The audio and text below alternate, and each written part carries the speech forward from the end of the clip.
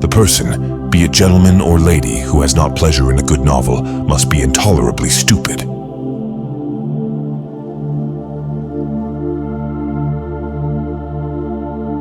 There is nothing I would not do for those who are really my friends. I have no notion of loving people by halves. It is not my nature.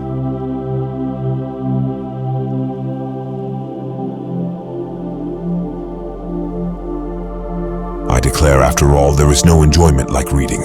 How much sooner one tires of anything than of a book.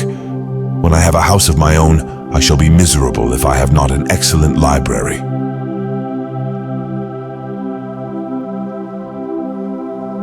A lady's imagination is very rapid. It jumps from admiration to love, from love to matrimony in a moment.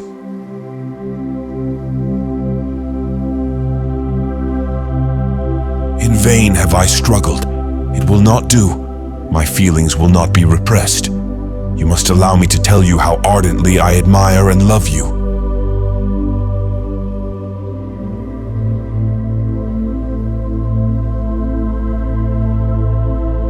I do not want people to be very agreeable, as it saves me the trouble of liking them a great deal.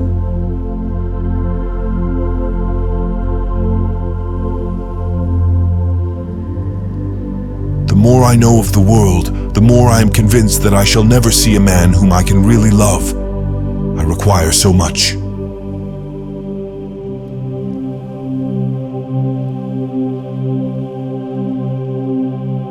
It is a truth universally acknowledged that a single man in possession of a good fortune must be in want of a wife.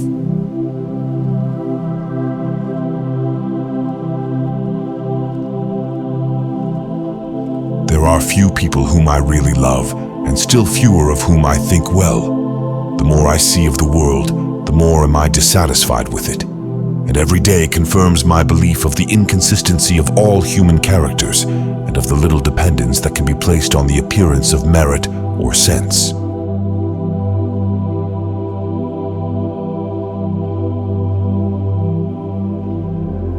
I cannot fix on the hour or the spot, or the look or the words which laid the foundation. It is too long ago. I was in the middle before I knew that I had begun.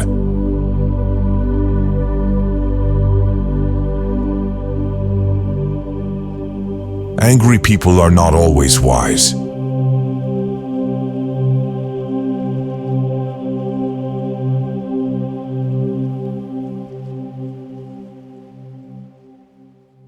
I hate to hear you talk about all women as if they were fine ladies instead of rational creatures.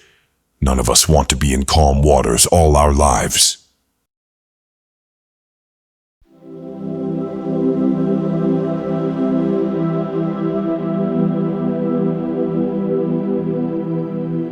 Vanity and pride are different things, though the words are often used synonymously.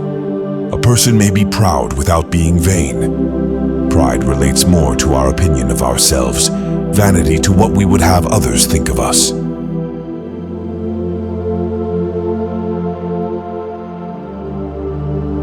You pierce my soul.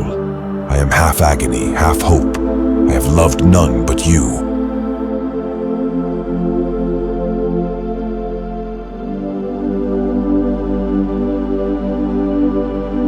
But for my own part, if a book is well written, I always find it too short.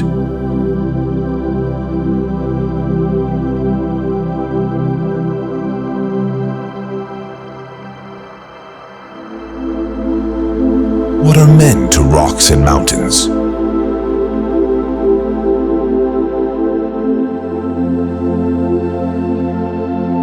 There is a stubbornness about me that never can bear to be frightened at the will of others. My courage always rises at every attempt to intimidate me.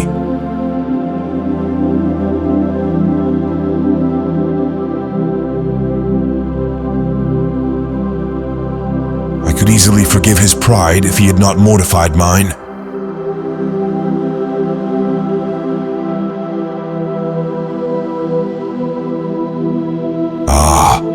There's nothing like staying at home for real comfort.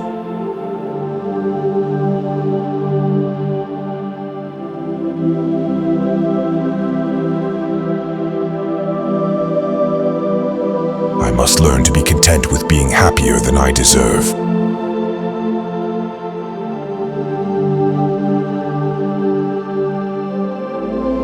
If I loved you less, I might be able to talk about it more.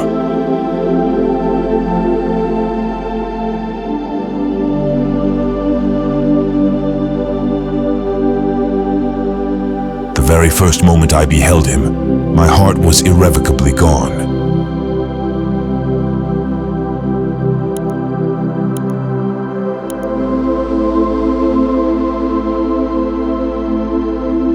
It isn't what we say or think that defines us, but what we do.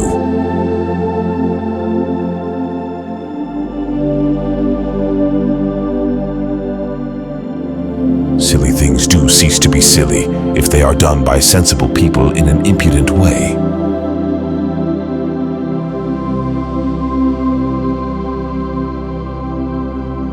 You are too generous to trifle with me. If your feelings are still what they were last April, tell me so at once. My affections and wishes are unchanged, but one word from you will silence me on this subject forever.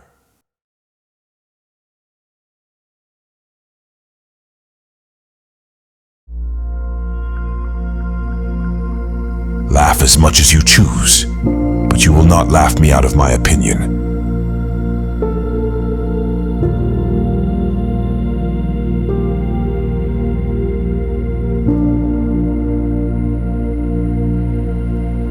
I have not the pleasure of understanding you.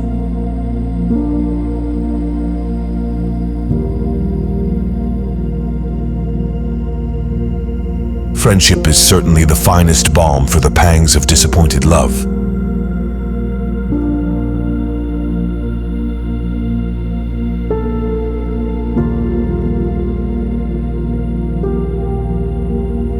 I may have lost my heart, but not my self-control.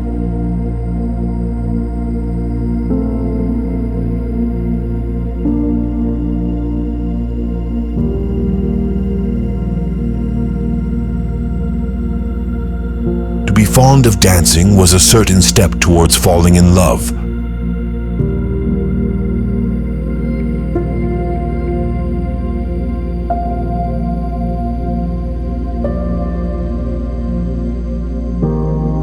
I am the happiest creature in the world. Perhaps other people have said so before, but not one with such justice. I am happier even than Jane. She only smiles. I laugh.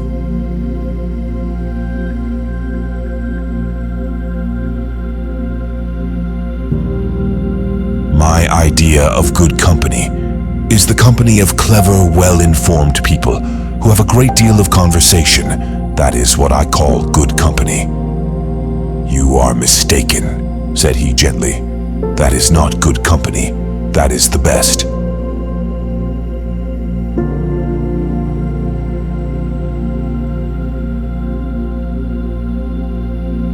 When I fall in love, it will be forever.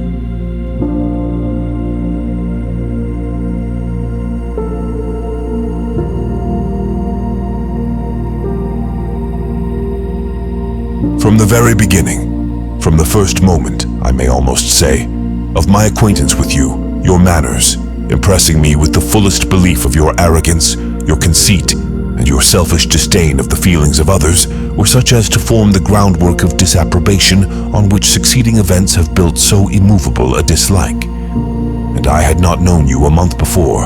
I felt that you were the last man in the world whom I could ever be prevailed on to marry.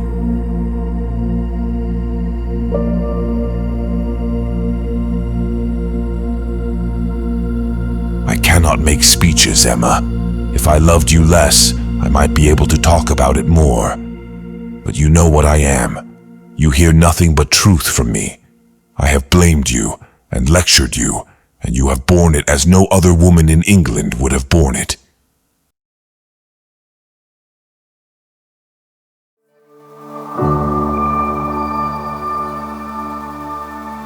For what do we live but to make sport for our neighbors and laugh at them in our turn?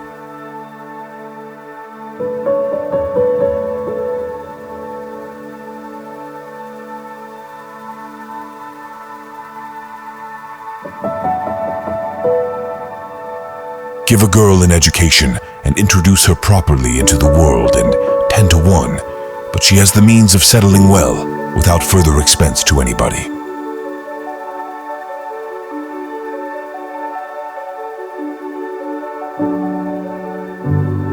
I always deserve the best treatment because I never put up with any other.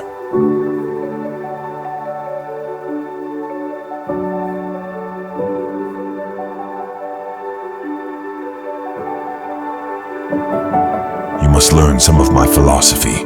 Think only of the past, as its remembrance gives you pleasure.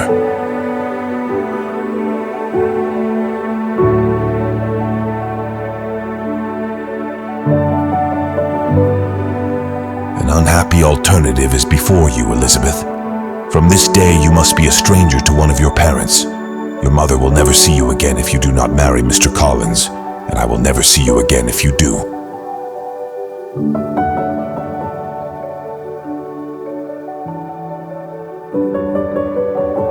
Till this moment, I never knew myself.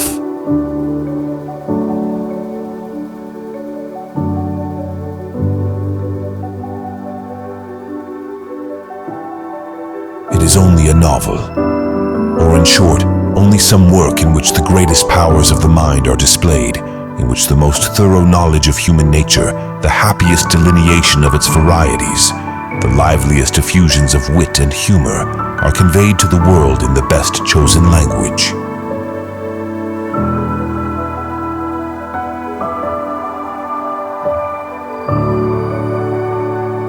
Life seems but a quick succession of busy nothings.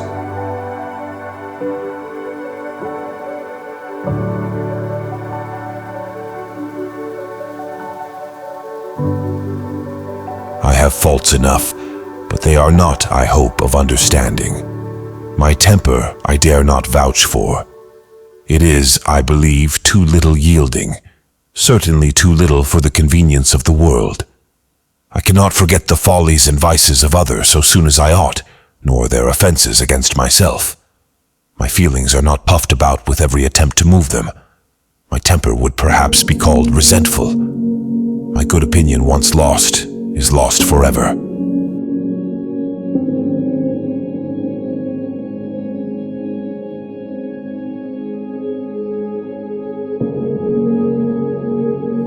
He is a gentleman, and I am a gentleman's daughter. So far we are equal.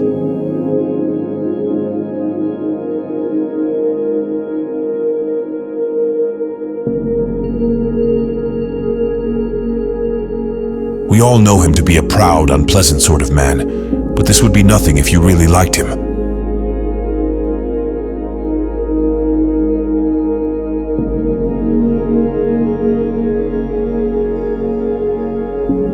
If I could but know his heart, everything would become easy.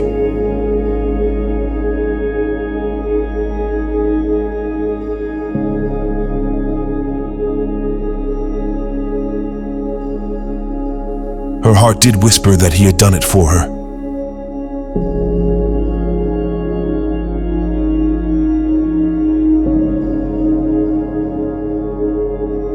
There could have been no two hearts so open, no tastes so similar, no feelings so in unison.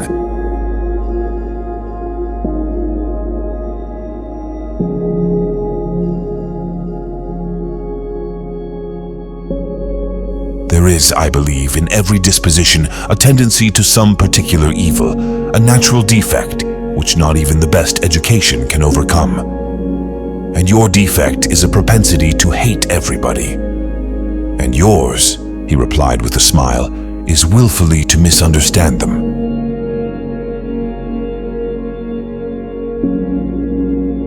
A girl likes to be crossed a little in love now and then. It is something to think of.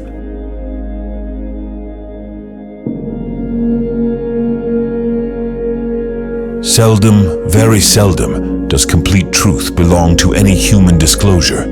Seldom can it happen that something is not a little disguised or a little mistaken.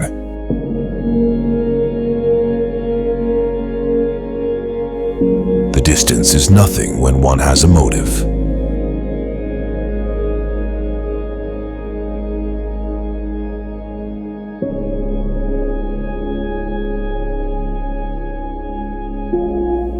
not think I ever opened a book in my life which had not something to say upon woman's inconstancy. Songs and proverbs all talk of woman's fickleness, but perhaps you will say, these were all written by men. Perhaps I shall. Yes, if you please, no reference to examples in books. Men have had every advantage of us in telling their own story. Education has been theirs in so much higher a degree. The pen has been in their hands. I will not allow books to prove anything.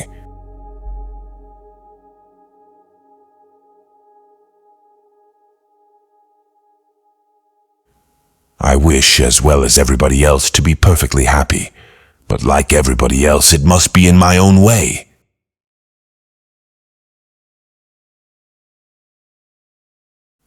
Nothing ever fatigues me but doing what I do not like.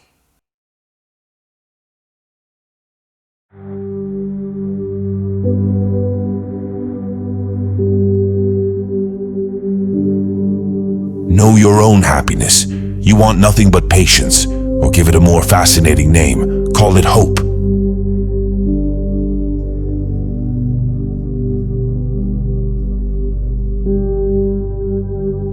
I have been a selfish being all my life in practice, though not in principle.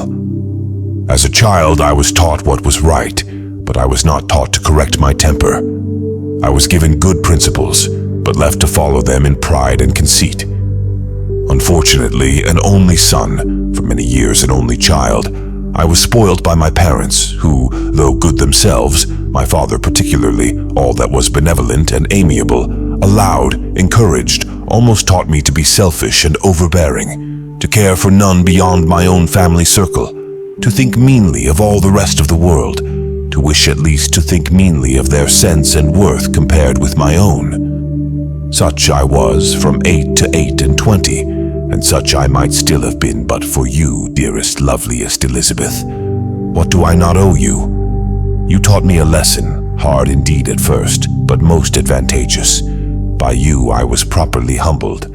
I came to you without a doubt of my reception. You showed me how insufficient were all my pretensions to please a woman worthy of being pleased.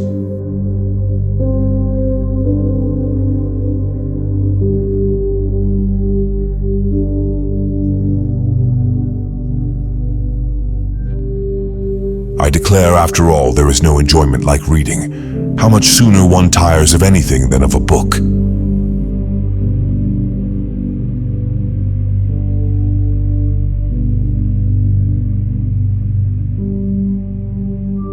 There are people who, the more you do for them, the less they will do for themselves.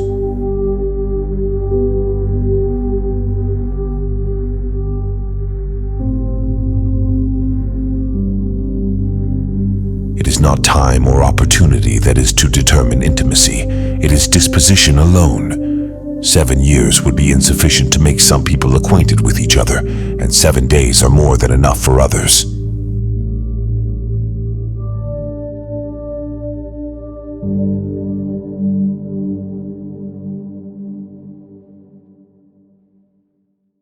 Run mad as often as you choose, but do not faint.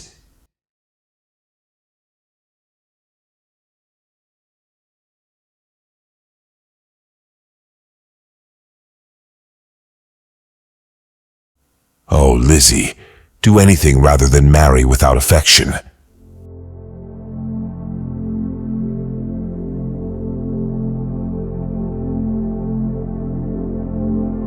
Mary wished to say something very sensible, but knew not how.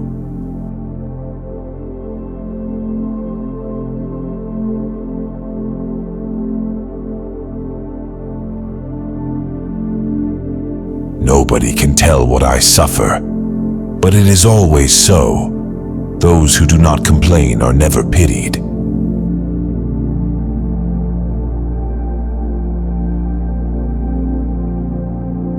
One half of the world cannot understand the pleasures of the other.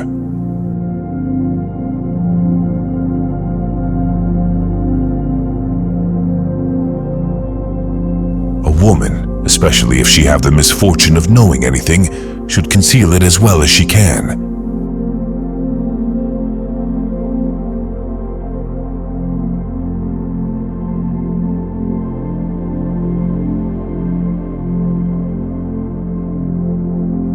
"I certainly have not the talent which some people possess," said Darcy, "of conversing easily with those I have never seen before.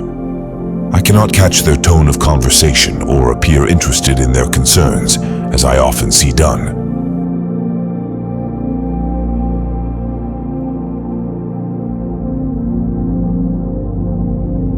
When pain is over, the remembrance of it often becomes a pleasure.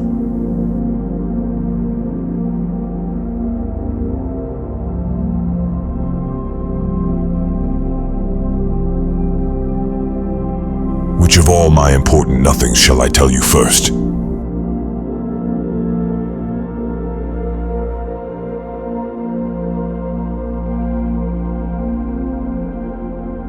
You must be the best judge of your own happiness.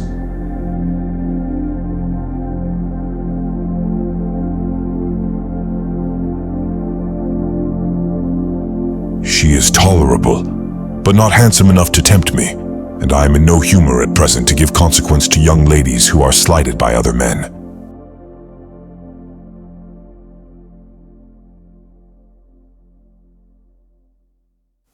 Without music, life would be a blank to me.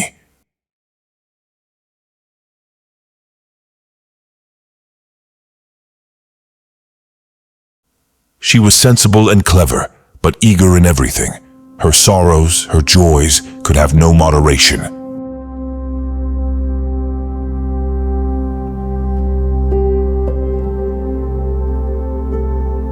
If adventures will not befall a young lady in her own village, she must seek them abroad.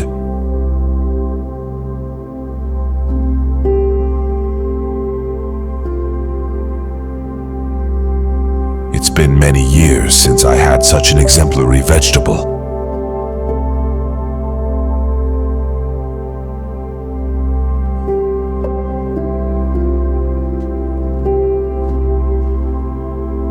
Better be without sense than misapply it as you do.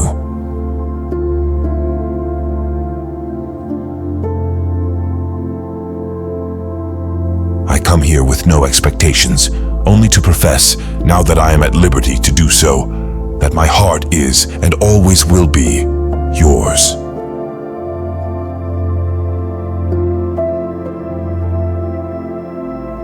It would be mortifying to the feelings of many ladies could they be made to understand how little the heart of a man is affected by what is costly or new in their attire. Woman is fine for her own satisfaction alone. No man will admire her the more, no woman will like her the better for it. Neatness and fashion are enough for the former, and a something of shabbiness or impropriety will be most endearing to the latter.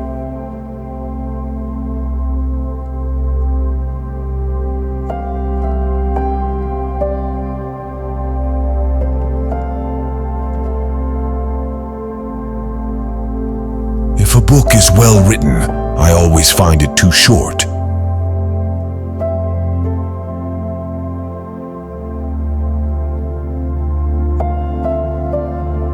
I will be calm. I will be mistress of myself.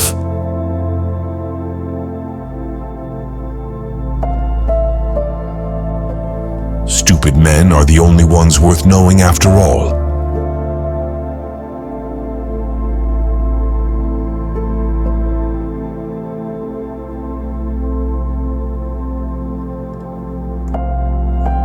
Let us never underestimate the power of a well-written letter.